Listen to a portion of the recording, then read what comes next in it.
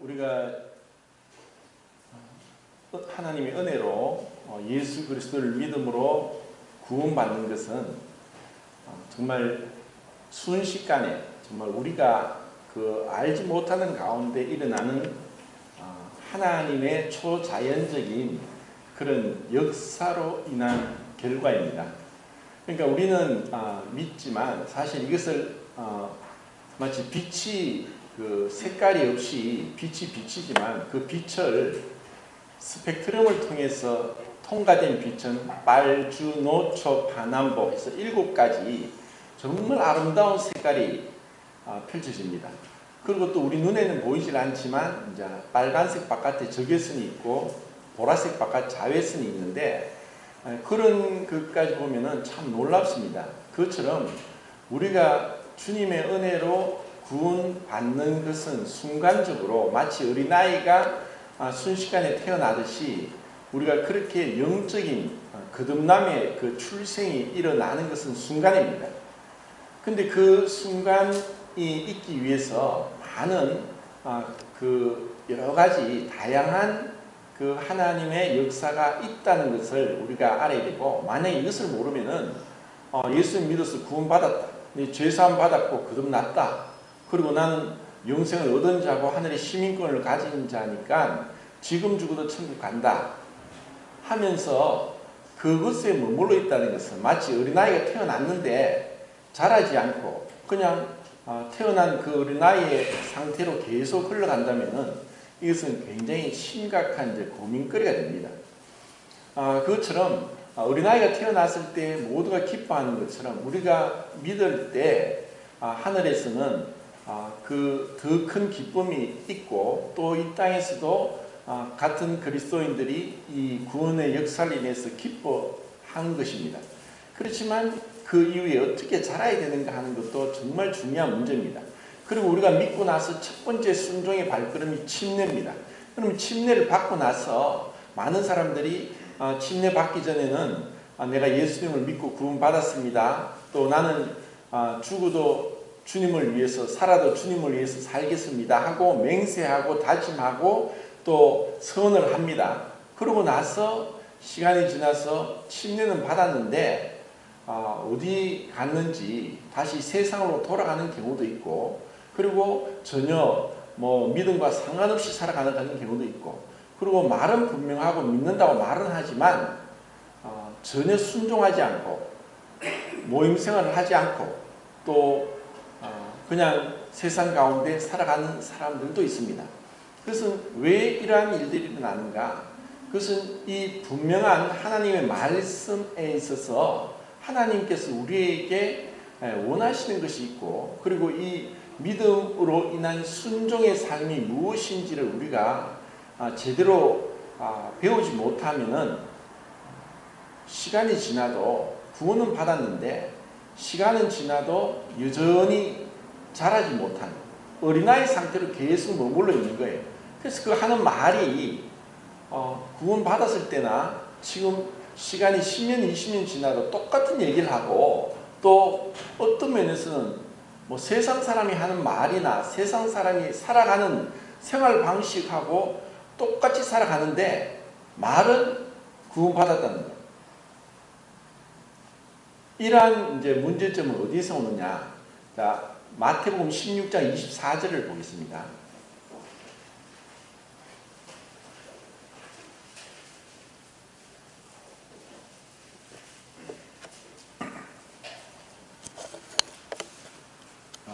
누구 마이크 잡았습니까? 자, 읽겠습니다. 시작.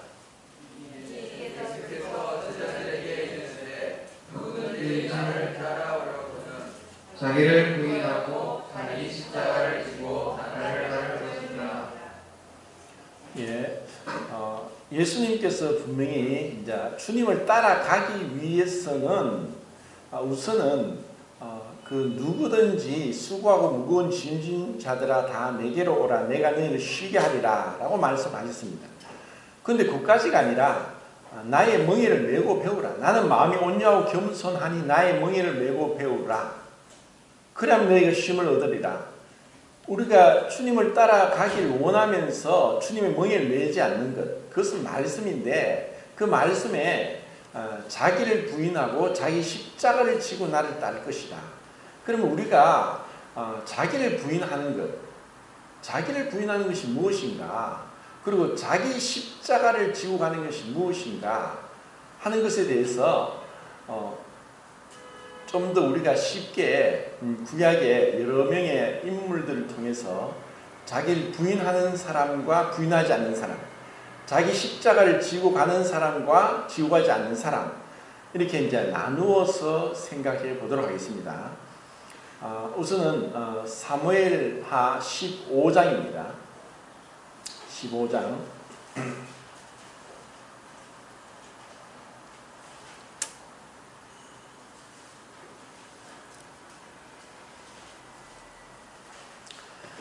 사무엘하 11장 사건을 이후로 다윗에게 큰 어려움들이 오고 있고, 그리고 그 하나님의 말씀대로 그 15장에는 어떤 사건이냐, 자기의 몸에서 난 아들 압살롬이 반역을 해서 왕국을 탈취하고 자기가 왕의 자리에 올라가는 그 사건을 이제 기록하고 있습니다.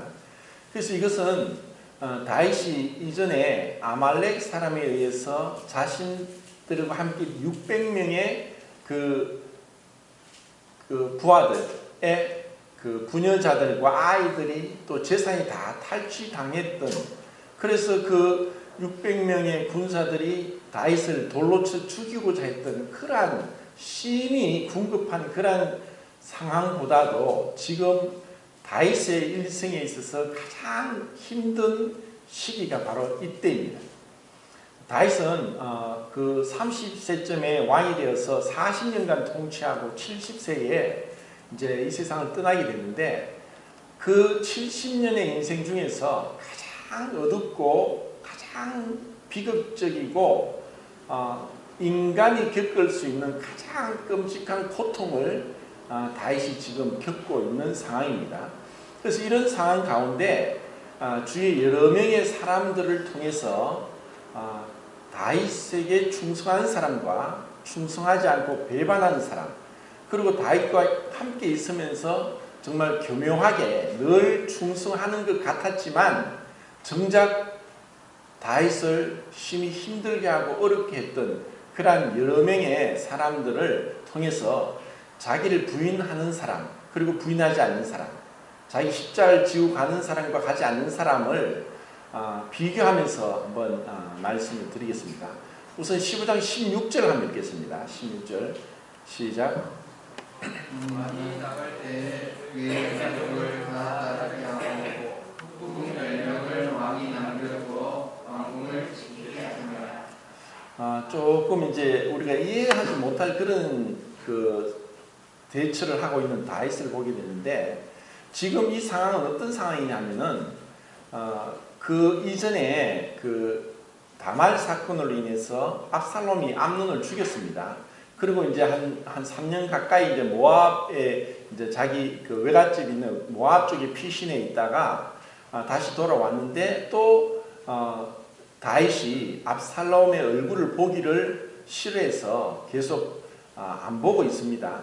그런 가운데 요압의 중재로 인해서 그 압살롬과 이제 그 만나고, 그리고 입을 맞추면서 이제 용서를 하는 그런 장면을 보게 되는데, 그러고 나서 압살롬이 또 한 4년 가까이 그 성문 앞에 있으면서 다윗에게 오는 사람들에게 온갖 이제 회유를 하고 그 마음을 훔치니라로 이렇게 성경이 표현하는데, 그 마치 자기가 그 왕인 것처럼 왕에게 오는 사람들에게 여러 가지 선처를 하고 또 이런 대우를 해주면서 사람들의 이스라엘 백성들의 마음이 이제 압살롬에게 많이 이제 기울어진 상황이었습니다. 그러고 나서 압살롬이 그 헤브론으로 가서 거기서 왕으로서 자기가 이제 그 왕의 자리에 올라가는 그러한 어떤 그 반역 쇼를 하게 됩니다. 이 소식을 듣고 나서 지금 다윗이 어떻게 하느냐? 그 소식을 들었을 때 압살롬이 왕이 되었습니다 하는 그 소식을 들었을 때 다윗은 그 평생에 걸쳐서 전쟁터에 나가서 싸움을 했던 군인인데 전쟁터에 나가서 한 번도 진 적이 없습니다. 한 번도 진 적이 없다는 것은 대단한 것입니다. 그렇기 때문에 다윗은 굉장히 그 상황 파악을 빨리 합니다. 그러니까 그 이제 순간적인 어떤 판단을 빨리 하지 않으면은 절대로 전쟁에 이길 수가 없기 때문에 지금 상황에서 다윗이 그 소식을 듣자마자 우리 빨리 도망치자. 잠시라도 머뭇거리다가는 우리가 다 죽는다. 급하게 맨발로 그냥 뛰쳐나갈 정도로 굉장히 급한 상황입니다. 그런 상황 가운데 다 자신에 속한 자들 데리고 나가는데 후궁 10명을 남겨뒀습니다. 자기 생각에는 그냥 빈 채로 다 그냥 떠나버리면 나중에 돌아올 때도 생각한 것 같습니다. 그리고 후궁이니까 자신은 별 다른 생각이 없었겠지만 이 순간적인 그 다윗의 판단력이 결국은 그 앞에 있는 12장 11절에 나단 선지자의 예언이 그대로 성취되는 그런 것을 보면서 정말 하나님 앞에 우리가 행하는 말과 행동과 판단들이 하나님은 다 알고 계신다는 어떻게 보면 두렵고 끔찍한 생각을 갖게 합니다. 이 말씀은 결국 나중에 이제 그 뒤에 보면 이제 아히도벨이 압살롬을 시켜서 그 후궁들과 동침하게 하는 이런 이제 제안을 해서 나단 선지자가 했던 말 예언이 그대로 성취되는 것입니다. 하나님은 그 베드로가 주님은 베드로가 자신을 부인할 것 다 알고 계셨습니다. 그리고 가룟 유다가 배신할 것도 알고 계셨습니다. 어떻게 보면은 우리가 앞으로 1년 뒤에, 10년 뒤에, 20년 뒤에 어떻게 잘못하고 불순종하고 죄를 지을 것도 알고 계십니다. 자, 그렇게 생각할 때 우리는 정말 두렵고 떨림으로 주님 앞에 말씀 가운데 믿음으로 나아가야 되고 그리고 정말 자기 생각대로 하지 않아야 되겠다는 이런 그 교훈을 받게 됩니다. 그리고 그 뒤에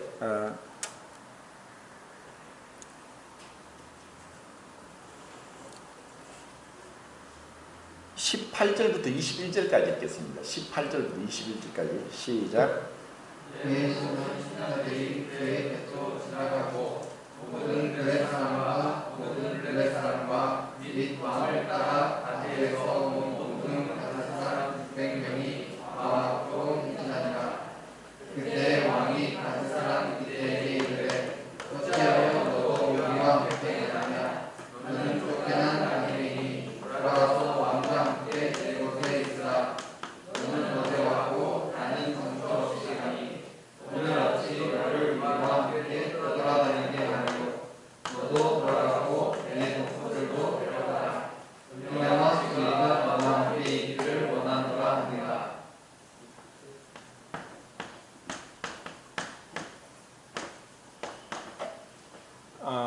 지금은 우선 이제 그 사람을 교차해서 살펴보겠는데 가드 사람 이때와 아렉 사람 후세 그리고 사독과 아비아달 그리고 그 아들들이 이제 아히마스와 요나단 그리고 무비보셋 자 이들과 그리고 또 다른 부류는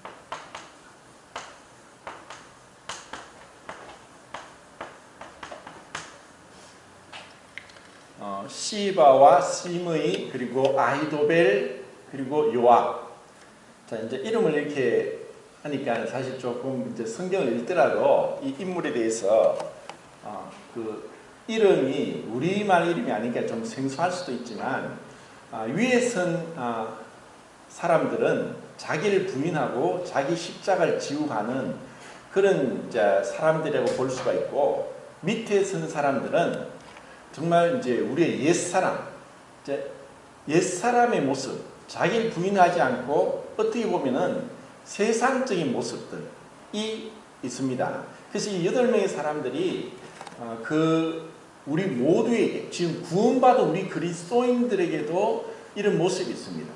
이제 이들은 지금 우선은 지금 읽은 이 말씀에서 가드 사람 이때가 나오고 블레셋 사람들, 다윗이 왕이 되기 전에 사울에게 쫓겨다니면서 이리저리 다닐 때 한 600명 가량이 그와 함께 있었는데, 지금 이 다윗이 아들이 반란을 일으켜서 젊은 압살롬이 이제 그 아버지를 죽일 수 있고 그 다윗 왕국을 빼앗을 수 있는 그런 상황 가운데 있습니다. 그리고 그 앞에 명확하게 그 다윗의 범죄로 인해서 하나님께서 이제는 징계를 내리시는 그런 상황 가운데 있고, 이제는 완전히 그 기운이 압살롬에게로 기울어져 가고 있습니다. 그러니까 현실적인 상황을 볼 때 다윗은 이제 한물 갔다. 그리고 하나님의 징계가 있고 나단 선지자를 통해서 너의 집에 칼이 끝나지 않을 것이다 했던 예언대로 어떠한 더 비극적인 상황이 일어날지도 모르는, 정말 아무런 그런 미래를 장담할 수 없는 상황 가운데서 이 다윗이 젊을 때 함께 했던 이들이 나오는 것입니다. 그리고 여기서 가드 사람 이때라고 하는 것은, 가드가 어느 지역이죠? 가드, 블레셋입니다. 블레셋은 5개의 도시로 이루어진 도시 국가인데, 그 가드 사람 이때라고 계속 표현하고 있는 것은 이때가 어떤 이유인지 정치적인 망명을 했습니다. 실제로 그 가드 사람 이때는 그 마음에 그 블레셋 사람이기 때문에 그 하나님을 믿는 이스라엘 백성과 다른 사람입니다. 근데 그 밑에 이제 읽어보면은 이게 이제 다윗이 그렇게 얘기를 합니다. 네가 왜 나에게 오느냐? 나는 지금 떠돌이로서 이제 이 왕궁을 따면 언제 올지 모른다. 근데 너도 떠돌이로서 이제 나를 따르지 말고 너는 그냥 여기 정착해라. 이렇게 다윗이 당부를 하는데도 불구하고 가드는 아닙니다. 여호와의 사심을 가리켜 내가 왕과 함께 어디든지 가겠습니다 하는 그런 놀라운 충성 어린 그 맹세를 하면서 다윗을 따라가는 모습을 봅니다. 그럼 여기서 우리가 무엇을 알 수 있냐면은, 다윗을 따라다니면서 다윗의 그 삶의 모습과 하나님을 향한 신앙적인 모습을 통해서 블레셋 사람 가드가 정치적으로 망명해서 단순히 자신의 몸을 숨길 뿐 아니라 다윗의 신앙으로 인해서 그도 하나님을 믿는 사람이 되었다는, 그에게 놀라운 전도가 이루어졌다는 것을 우리는 알 수가 있습니다. 그 가드 사람 그 이때를 통해서 다윗의 그 정말 어려울 때 친구인지 친구가 아닌지가 분별이 납니다. 난세의 영웅이 난다 했듯이 그 나라에 큰 어려움이 나면은 애국자와 매국노가 분명히 갈립니다. 그리고 우리 인생 가운데도 평탄할 때는 모릅니다. 어떻게 보면 10년, 20년, 30년, 40년 살아도, 오늘 그 요압에 대해서 좀 집중적으로 보겠는데, 요압이 거의 40년을 다윗과 함께 했지만 그는 철저하게 다윗을 충성하는 것 같았지만 불순종으로 자기 뜻대로 자기를 부인하지 않고 다윗을 이용하고 결국은 마지막에 아도니아를 따라서 다윗을 배반하는 모습을 우리는 보게 됩니다. 이것은 이 요압이 나에게 있다, 내 안에 요압이 있다는 것을 우리가 이 성경을 통해서 발견하고 그것으로 인해서 하나님 앞에 엎드리지 않는다면은 가장 비극적인 사람이 요압입니다. 왜냐하면은 그는 군대 장관으로서 항상 다윗이 어디든지 갈 때마다 승리를 했을 때 그는 이 승리의 중요한 역할을 담당했기 때문입니다. 자 그러면 이제 그 다음에 이제 아렉 사람 후세가 나오는데 그 뒤에 한번 읽어보겠습니다. 24절부터 28절까지 시작. 그와 함께한 모든 레위 사람도 하나님의 언약궤를 메어다가 하나님의 궤를 메어놓고 아비아달고 올라와서 모든 백성이 성에서 나오기를 기다렸다. 왕이 사독에게 이르되 오라 하나님의 궤를 성읍으로 도로 메어가라. 만일 내가 여호와 앞에서 은혜를 입으면 도로 나를 인도하사 내게 그 궤와 그 계시를 보이시라. 그러나 그가 이와 같이 말씀하시기를 내가 너를 기뻐하지 아니한다 하시면 종이 여기 있사오니 성이 여기시는 대로 내게 행하지 마시옵소서 하니라. 왕이 또 제사장 사독에게 이르되 내가 상견자가 아니냐 너는 너희의 그 아들 곧 내 아들 야히나스와 아비아달의 아들 요나단을 데리고 평안히 성읍으로 돌아와라. 너희에게서 내게 알리는 소식이 올 때까지 내가 광야 나루터에서 기다리라 하니라. 예, 지금 또 이제 급하게 도망가는 가운데 제사장 사독과 아비아달이 이제 다윗을 따라가려고 했습니다. 근데 그 앞에서 우리는 이제 블레셋과의 전투에서 사울이 마치 이 법궤를 그들을 지켜주는 어떤 하나의 미신적인 그러한 도구로 생각하면서 법궤를 가지고 나오면은 하나님이 우리를 지켜서 블레셋에서 이길 것 같아서 법궤를 가지고 나왔지만 결국 그 법궤가 블레셋에 빼앗기게 됩니다. 자, 다윗에게 있어서도 이 법궤는 하나님의 임재의 상징입니다. 하나님을 만나고 하나님의 말씀이 있는, 그래서 이것보다 더 중요한 것이 없는데 다윗은 이 법궤를 담당하는 이 제사장인 사독과 아비아달이 다윗을 따라가려고 했을 때 따라오지 마라. 너희 여기 있어라. 자, 그렇게 순간적으로 판단한 것에 있어서는 다윗이 그 짧은 시간이지만 많은 생각을 했습니다. 하나님이 나에게 벌을 주시는 것, 나의 범죄로 인한 하나님의 징계이기 때문에 만약에 하나님이 은혜를 베푸시면 내가 다시 돌아올 수 있을 것이다. 그렇기 때문에 단순히 그 사울과 같이 이 제사장을 데려가고 법궤를 가지고 나와서 그것을 어려움을 겪지 않고 그냥 있게 하고자 하는 것도 있었고, 또 하나는 자신이 급하게 이 성을 빠져나오지만 이 사독과 아비아달의 충성 어린 그 정보를 통해서 자기가 어떻게 대처할 것을 준비하고 있습니다. 그래서 또 한편으로는 제사장에 대해서는 이스라엘이 이 제사장이 왕보다 더 높은 권위가 있는 그러한 부분이 있었기 때문에 왕도 함부로 이 제사장을 하지 못할 것이라는 생각을 해서 이들 남겨두었습니다. 그리고 그 사독과 아비아델 아들인 아히마스와 요나단을 통해서 중요한 정보를 전달해 주기를 바라는 마음으로 이들을 여기에 남겨두었습니다. 이것을 볼 때 다윗은 참 놀라운 지략가다. 그리고 정말 전쟁에서 어떻게 해서 그가 이길 수 있었던가, 이런 상황 판단이 굉장히 순식간에 그는 이것을 판단하면서 자기가 피신을 하되, 일단은 피신을 하되 이후에 이 상황을 전복시킬 수 있는 그런 실마리를 이들을 통해 남겨두었고, 또 한편으로는 그가 하나님 앞에 충성되었기 때문에 제사장들을 존중했습니다. 그리고 그것은 사람들에게 서로 통하게 되어 있습니다. 내가 이 사람을 존중하면 그 사람도 존중할 것이다. 그래서 이 사독과 아비아달이 자신에게 충성 어린 그 정보를 제공해 줄 것에 대한 믿음을 갖고 이들을 남겨두었습니다.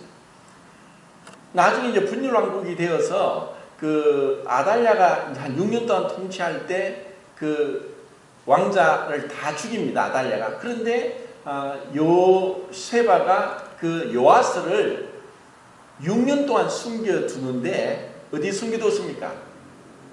성전에 숨겨두었습니다. 6년 동안 성전에 숨겨두었습니다.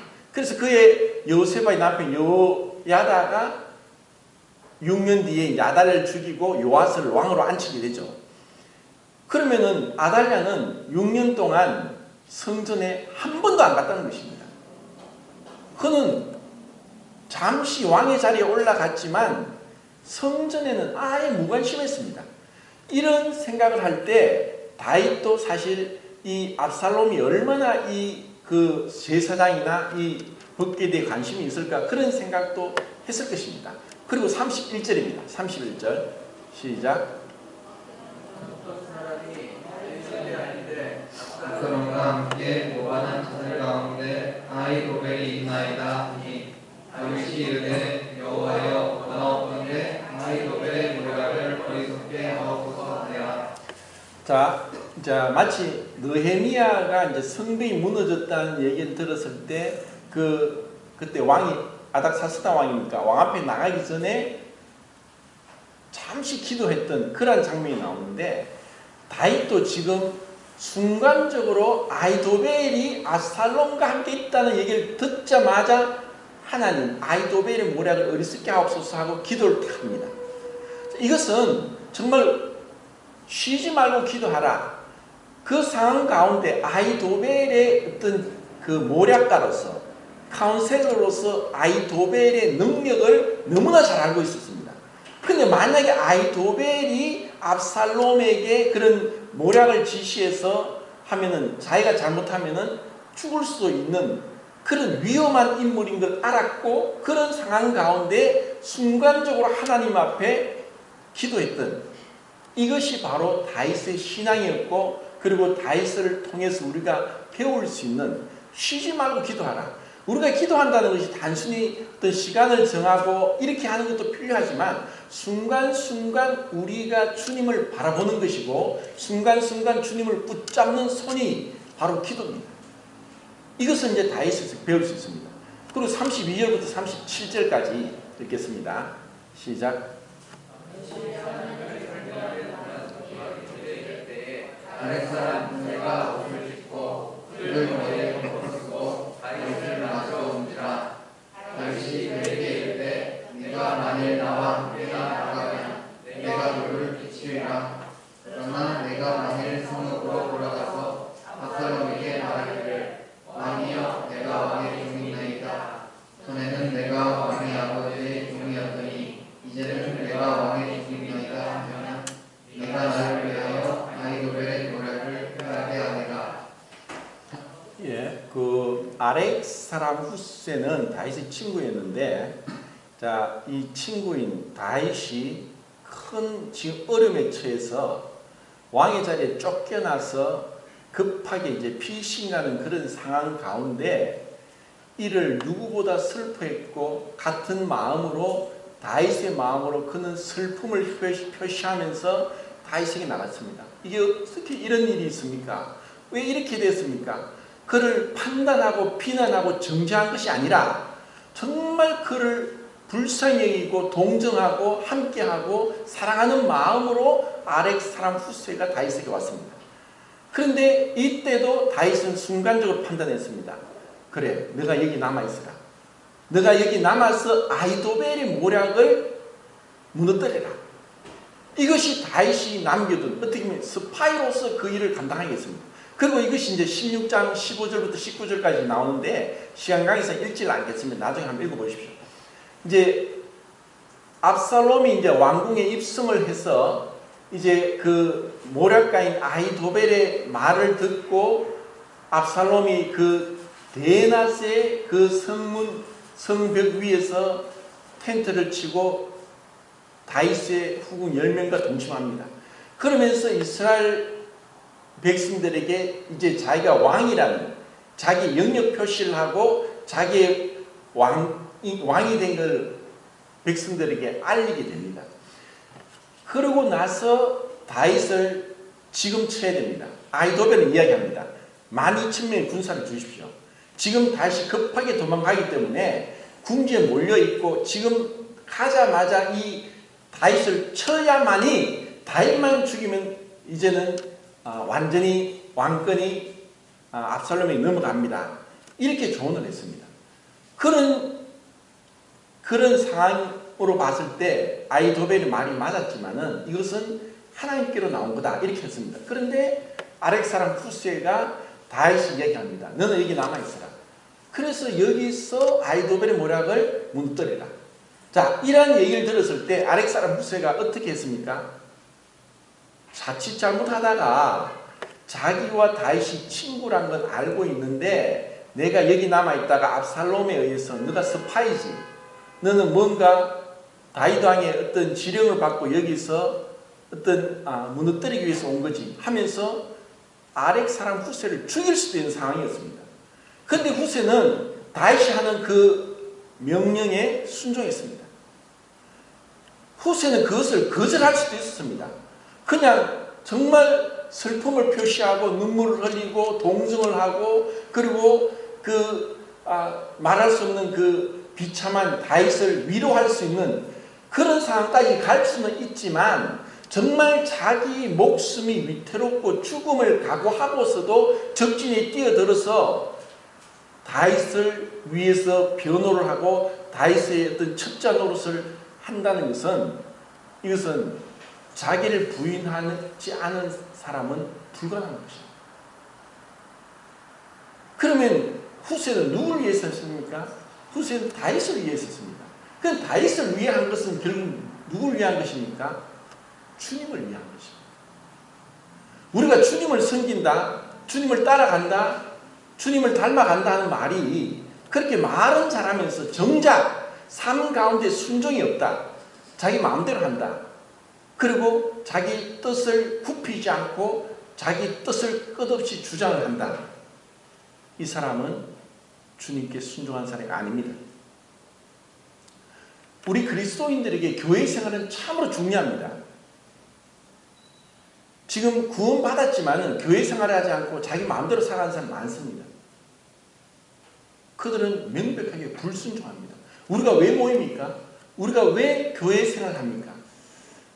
교회가 사실 교회 생활하면서 우리는 많은 불완전한 그리스도인들, 형제 자매들을 보게 됩니다. 그들에게 허점을 보게 되고 그들의 결점, 그들의 불완전함을 보면서 판단도 되고 또 아니면 정죄도 하게 되고 또 업신여기도 됩니다. 그러면 어디를 가더라도 이 세상에는 교회 역사상 2000년이 넘도록 온전한 교회는 하나도 없었고 부흥하는 교회도 100년은 가지 못했고 그리고 위대한 하나님의 손에 쓰임을 받았던 종교개혁자들도 훌륭한 면이 있었지만 그들의 불완전함과 결점은 있었습니다. 그렇기 때문에 지금 후세가 이 다윗의 그 말대로 이 성에 예루살렘 성에 남아서 스파이 노릇을 한다는 것 대단한 충성입니다.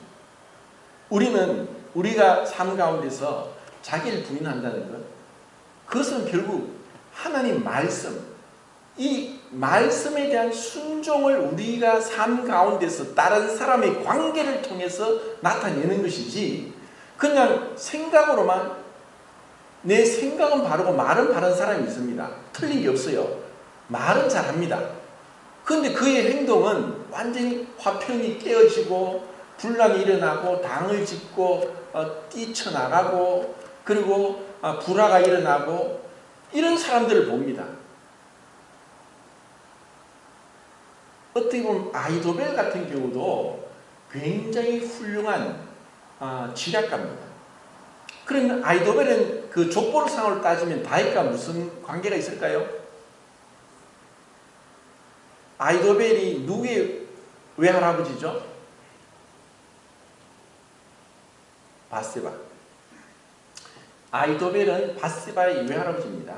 자, 아히도벨은 다윗이 왕의 자리에 있으면서 바세바를 어떻게 했는가를 알고 있고 그리고 그로 인해서 그 충성된 그 하나님의 그 종이었던 우리아를 죽이는 것도 알았고 이로 인해서 하나님께서 그를 심판하는 것도 알았습니다. 그래서 그 아히도벨은 다윗을 따라가지 않았습니다. 근데 그 아이도벨이 결국은 자기의 그 모략이 받아들여지지 않고 후세의 그 모략이 받아지는 것을 보고 낙이 안장을 지우고 자기 집으로 내려가서 스스로 목숨을 끊습니다. 이런 이제 상황 가운데 이제 16장을 보겠습니다. 이제 16장 이제 1절부터 4절까지 시작. 잠시 마음속을 조금 지나니 무비보셋의 시바가 인상 주육이 여기에 떡이 100개와 고모도 100송이와 여름 과일 100개와 포도주 한 가죽 부대를 싣고 다윗을 맞는지라. 왕이 시바에게 이르되 네가 무슨 뜻으로 이것을 가져왔느냐.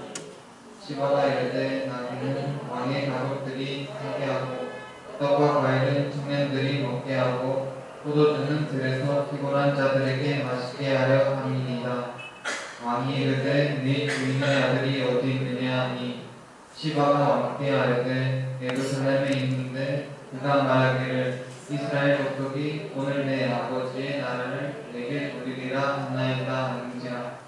왕이 시바에게 이르되 무비보셋에게 있는 것이 다 내 것이었느냐. 시바가 이르되 내가 잘하나이다. 내 주 왕이여 내가 왕 앞에서 은혜를 입게 하옵소서 하니라. 이제 시바를 보겠는데, 이게 시바는 이제 무비보셋의 종입니다. 근데 이 시바는 굉장히 세상적이고 처세술이 밝고 그리고 근모술수에 능하고 그리고 기회주의적이고 다분히 욕심이 가득 찬 그런 사람입니다. 종으로 있으면서 아들이 뭐 15명, 그리고 뭐 종이 또 20명, 종이 또 종을 데리고 있습니다. 그리고 지금 이런 다윗이 피신한 그런 상황 가운데 여기서 읽은 이 말씀은 거짓말입니다. 거짓말로. 왜 이 거짓말을 했느냐? 무비보셋은 사실 다윗에 의해서 죽임을 당하는 것이 당연한 사람인데 요나단 때문에 무비보셋을 대우하고 또 재산을 주고 왕의 식탁에 같이 밥을 먹게 했습니다. 근데 지금 다윗이 이제 도망가는 상황 가운데 급하게 이 상황을 이용을 해서 많은 이제 먹을 것과 이런 선물을 가지고 와서 다윗의 마음을 확 삽니다. 그리고 거짓말로 이제 이야기합니다. 그러면 다윗이 묻기를 무비보셋이 어디 갔느냐? 예, 무비보셋은 지금 반역 가운데 가담을 했습니다.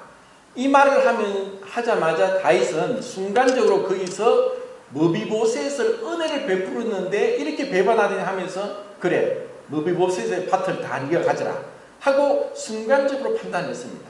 이것이 다윗의 실수였습니다. 자, 이것을 보면서 우리는 세상에서 재산을 얻기에 땅땅땅 그러면서 뭐 부동산 투기를 잘하고 그리고 어떻게 하든 해서 자기 가족들 잘 돌보고 이런 사람을 봅니다.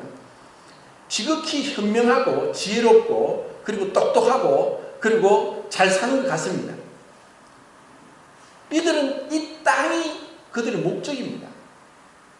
그들에게는 죽으면 끝입니다. 그래서 어떻게 하든 이 땅에서 많은 재산을 모으는데 이러한 사람을 세상에서는 똑똑하고 현명하고 지혜로운 사람이라고 할지 모르지만 이 사람은 하나님 앞에서 정말 거짓말쟁이고 또 사기꾼이고 그리고 이 땅에 속한 천박한 사람으로밖에 보여지지 않는 것입니다. 그럼 왜 그렇습니까? 그에게는 소망이 없습니다. 하늘나라에 대한 소망이 없습니다. 우리 그리스도인들도 얼마든지 이렇게 살 수가 있습니다. 자, 아브라함이 재산이 많아지자 롯하고 종들이 분쟁이 일어났습니다. 그때 아브라함이 뭐라고 했습니까? 우리가 이렇게 계속 있으니까 종들이 다툰다. 우리가 재산이 적을 때도 모르는데 많아지니까 다투니까 우리 서로 헤어지는 게 낫겠다. 그는 그 작은 아버지로서 조카 롯에게 모든 것을 자기가 주장하고 권리를 행사할 수 있는 그런 위치에 있었지만 조카인 롯에게 네가 자하면 내가 우하고 내가 우하면 네가 우하면 내가 자하겠다 하고 먼저 선택권을 줍니다. 그때 롯이 어디를 선택했습니까? 소돔성을 선택했습니다. 그러면 아브라함은 나이가 이제 얼마나 됐습니까? 100세가 넘어서 아브라함은 여전히 장막에 거하면서 떠돌이 생활을 하는 거예요. 떠돌이 생활. 세상적으로 봤을 때 아브라함 진짜 미련하고 바보 같아요.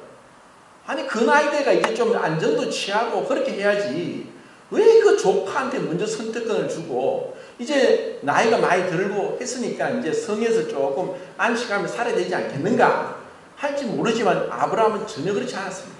왜? 그는 소망이 있었습니다. 이 땅이 그의 목적지 아니었습니다.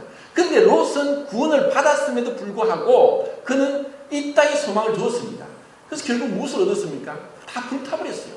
얻은 게 없습니다. 이것을 우리는 시바에서 보게 되고, 그리고 그 다음에 시므이는 이제 시간이 없어서 지금 이제 읽지는 않겠는데, 시므이는 사울의 그 가족입니다. 사울의 그 사울 지파 사람인데, 이렇게 다윗이 도망가는 걸 보면서 막 욕을 합니다. 저주를 합니다. 비루한 자여, 비루한 자여, 피를 흘린 자여, 하나님 너를 저주하고 계속 돌을 던지며 따라가면서 저주를 합니다. 그러자 다윗은 참습니다. 그런데 옆에 있던 아비새가 왜 그랬습니까? 저 죽은 개 같은 자를 당장 죽이겠습니다. 그때 다윗은 놔둬라. 하나님이 그를 통해 나를 저주하게 하신 줄 어떻게 아느냐. 그 가운데서 다윗이 그런 욕을 받았지만 맞대 욕하지 않았습니다. 그것은 주님과는 다릅니다. 주님은 전혀 죄가 없지만 욕을 받을 때 욕을 대신 욕하지 않았습니다. 그런데 다윗은 자기의 죄로 인해서 이런 고난을 받고 있습니다. 그런데도 그는 똑같이 대우하지 않았습니다. 이것이 바로 자기를 부인하고 하나님을 향하는 그런 모습입니다. 그리고 나중에 다윗이 다시 돌아왔을 때 시므이는 또 나옵니다. 나를 용서해 주십시오. 그때 이랬습니다. 자, 그러면 시므이는 왜 이렇게 했느냐? 자기 감정에 굉장히 충실합니다. 그리고 어떻게 보면 저는 이 시므이가 원초적 본능에 충실한 사람입니다. 자, 이런 사람 많습니다. 우리도 때로는 그럴 때가 있죠. 뭐 분을 내고, 그리고 막 참지 못하고, 그리고 막 자기도 모르게 막 화를 막 내면서 이럴 때가 있습니다. 근데 시므이가 이렇게 하는 것은 그가 생각의 폭이, 지식이 짧습니다. 단순히 생각할 때 왜 사울 집안 베냐민 지파에서 왕이 나서 첫 번째 왕 사울이 왕이 되어야 되는데 왜 유다 지파 다윗이 왕이 되느냐. 이런 상황 판단을 모르고 단순히 계속 다윗을 미워하고 저주하고 분을 낼 수가 있습니다. 우리는 어떻게 보면 살아가면서 평생 거짓된 지식을 가지고 그것이 옳다고 하면서 죽을 때까지 가지고 가는 지식도 있고 전혀 잘못된 편견을 가지고 불완전한 지식을 가지고 그것이 옳다고 생각하면서 살아갈 때가 있습니다. 그렇게 우리는 불완전합니다. 온전하지 못합니다. 그래서 우리는 이런 어떤 내 감정이나 지식에 있어 좌지우지되지 않고 정말 주님의 은혜로 우리가 절제하는 그 절제의 삶이 필요합니다. 이것이 자기 부인이 안 된 삶을 여기서 시므이를 통해 볼 수 있습니다. 그러고 나서 이제 오늘 제가 그 집중적으로 말하려고 하는 게 이제 왔는데 요압은 3장 39절을 한번 읽겠습니다. 3장 39절.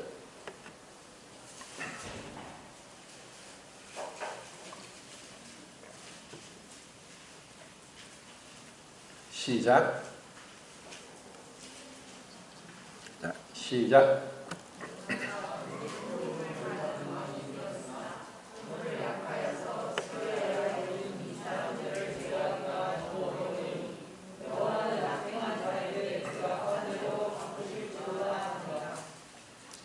자, 요압이 그 수라의 아들인데 수라는 다윗의 그 누나가 아니면 여동생입니다. 그리고 그들을 통해 난 자 요압과 아비새와 아사엘이 있는데 그 앞에 사건에 보면은 그 사울의 군대 장관이 이제 사울이 죽고 나서 그 아들 이스보셋을 따라가다가 결국 이스보셋과 이 그 군대 장관 아브넬이 그 불화를 일으켜서 아브넬이 다윗 편으로 넘어왔습니다. 그래서 이 다윗은 그 분명히 이제 이스보셋과 함께 반란을 일으켰던 그런 자였는데 자기에게 넘어와서 자기 편으로 만들었고 자기 편으로 이제 관용적으로 그들을 받아들였습니다. 그런데 그 전에 이 아브넬이 요압의 동생인 아사엘을 죽이게 됩니다. 전쟁터에서. 근데 그 아브넬은 요압과 너무 잘 알고 있고 그 아사엘이 따라오는 걸 따라오지 마라. 내게 죽으려고 하느냐. 네가 내게 죽으면 내가 너의 형 요압을 어떻게 보겠느냐. 근데도 아사엘이 계속 따라오니까 할 수 없이 아브넬이 이제 아사엘을 죽이게 됐죠. 이것으로 인해서 분명 아브넬은 이제 완전히 돌아와서 다윗 편으로 넘어왔고 다윗 왕도 아브넬을 받아들였는데 요압이 아브넬을 형이여 하고 인사하면서 얼굴에 수염을 잡은 채 하면서 모르게 그냥 칼을 빼서 아브넬을 죽였습니다. 이것 때문에 지금 다윗이 이 말을 하고 있습니다. 그리고 또 나중에 압살롬이 이제 반역을 일으켜서 도망가면서 그 요압에게 그리고 아마샤와 그리고 아비새에게 군대 3명의 군대 장관과 그리고 모든 그 군인들이 듣는 데서 다윗이 뭐라고 하냐. 청년 압살롬을 너그러이 대하라. 결국 압살롬을 죽이지 말라는 것입니다. 도망을 가면서도 그 아들 압살롬은 아버지 다윗을 죽이려고 했는데 다윗은 그래도 압살롬을 죽이지 마라. 이것이 다윗의 명령이었습니다. 그런데 그 압살롬을 죽인 자가 누굽니까? 요압입니다. 요압이 죽였습니다. 그러고 나서 이제 반역은 그 실패했고 다시 이제 다윗은 왕으로 돌아왔는데 이제 그들이 다시 왕으로 돌아오니까 그 군인들은 의기양양했고 기뻐했고 다시 그 반역 실패하도록 무너뜨렸으니까 얼마나 기쁘겠습니까? 그런데 다윗은 이 울었더란 게 그 원에 보면 심히 통곡하나 물었습니다. 내 아들 압살롬아, 내 아들 압살롬아, 압살롬아 심히 통곡하고 웁니다. 근데 그걸 두고 옆에서 요압이 왕이 지금 어떻게 이렇게 울고 있습니까? 그러면 왕은 미워하는 자를 사랑하고 사랑하는 자를 미워하는 자가 되지 않습니까? 우리가 승리를 취했는데 지금 이렇게 울면은 당신이 젊었을 때부터 지금까지 당한 어떤 고난보다 더 많은 고난을 받게 될 것입니다. 당장 울음을 거치고 나가서 백성들에게 기쁜 얼굴로 그들과 함께 축하해야 됩니다. 정말 그 뼈에 침을 꽂는 그런 악한 말을 요압이 합니다. 그리고 나중에 그 세바가 반란을 일으키는데 사울이 가지고 세바가 반란을 일으키는데 그 세바에게 있었던 그 누굽니까? 갑자기 생각이 나요. 그 사람을 그 군대 장관을 다윗이 그들을 아마샤죠. 스루야의 그 언니인지 동생인지 요압과는 이종 사촌인데 그 아마샤입니까? 그를 다윗은 이제 자기 편으로 받아들였는데 요압이 그를 또 죽입니다. 왜 죽였습니까? 자기가 압살롬을 죽인 것으로 인해서 다윗의 미움을 받아서 군대 장관의 자리에서 내려오게 됩니다. 그는 굉장히 자아 성취가 강한 사람이고 그리고 어떤 면에서는 그 사무엘 14장에 보면은 그 요압이 이제 랍바성을 취하는데 자기가 취해서 분명히 승리할 수 있는데 다윗에게 가서 당신이 지금 가서 이 성을 취하십시오. 안 그러면은 이 성이 내 이름으로 요압의 이름으로 이 성을 빼앗았다고 할 것 같고 당신의 명예를 내가 빼앗을 것 같습니다. 해서 다윗을 끌어와서 다윗이 그 성을 취하고 랍바성의 그 왕관을 취하는데 금 한 달란트다. 이런 이제 얘기가 나옵니다. 그런 면으로 요압은 어떤 면에서 사립 분별이 분명했습니다.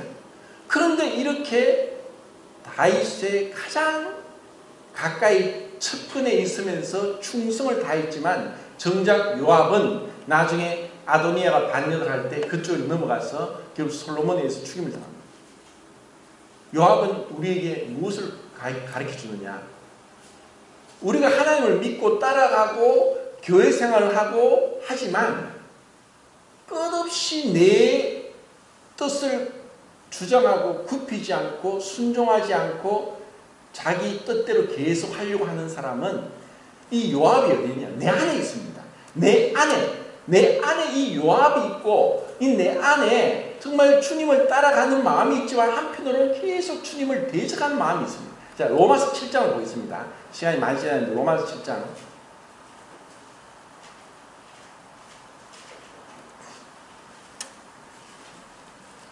3분 지났네요. 2분만 더 하겠습니다. 7장 18절부터 21절까지 읽겠습니다. 18 시작. 계속 곧 내 육신에 선한 것이 거하지 아니하는 줄 아노니 원하는 내게 있으나 선을 행하는 것은 없노라. 내가 원하는 바 선은 행하지 아니하고 도리어 원하지 아니하는 바 악을 행하는도다. 만일 내가 원하지 아니하는 것을 하면 이를 행하는 자는 내가 아니요 내 속에 거하는 죄니라. 그러므로 내가 한 법을 깨달았노니 곧 선을 행하기 원하는 나에게 악이 함께 있는 것이로다. 예,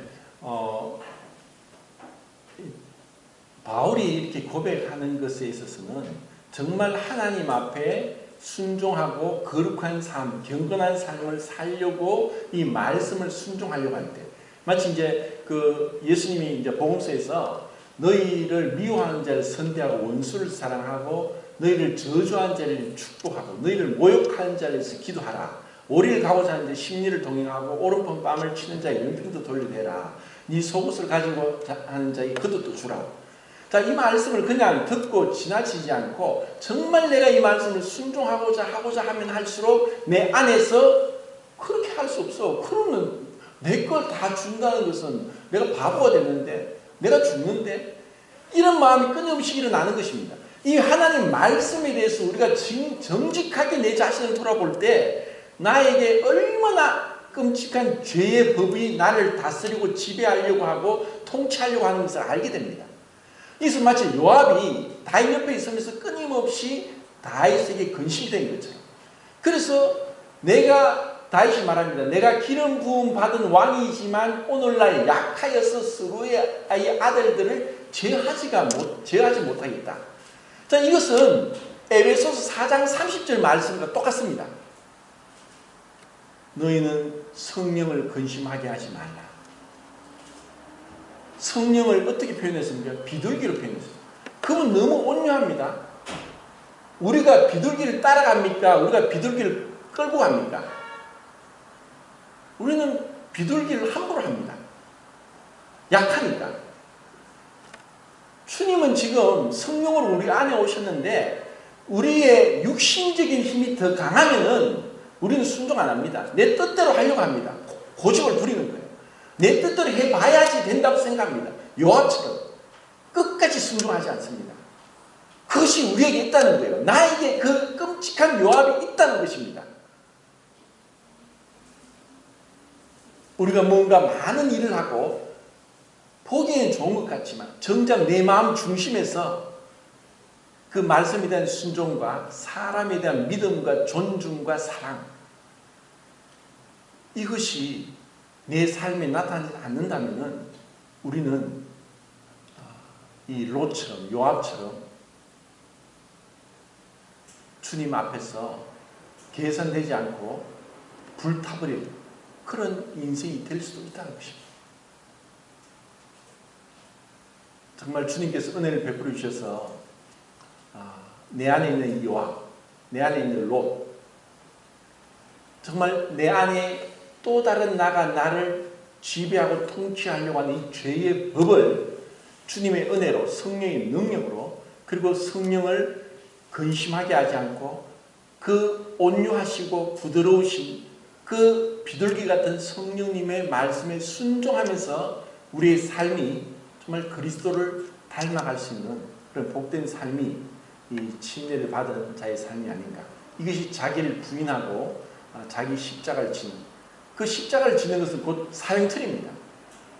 그리고 십자가는 결국 십자가에서 못이 박힌 것은 어떠한 내 뜻도 내 의지도 내 감정도 어떻게 아무것도 할 수 없는 겁니다. 그냥 그분의 하나님의 처분에 맡기는 것입니다.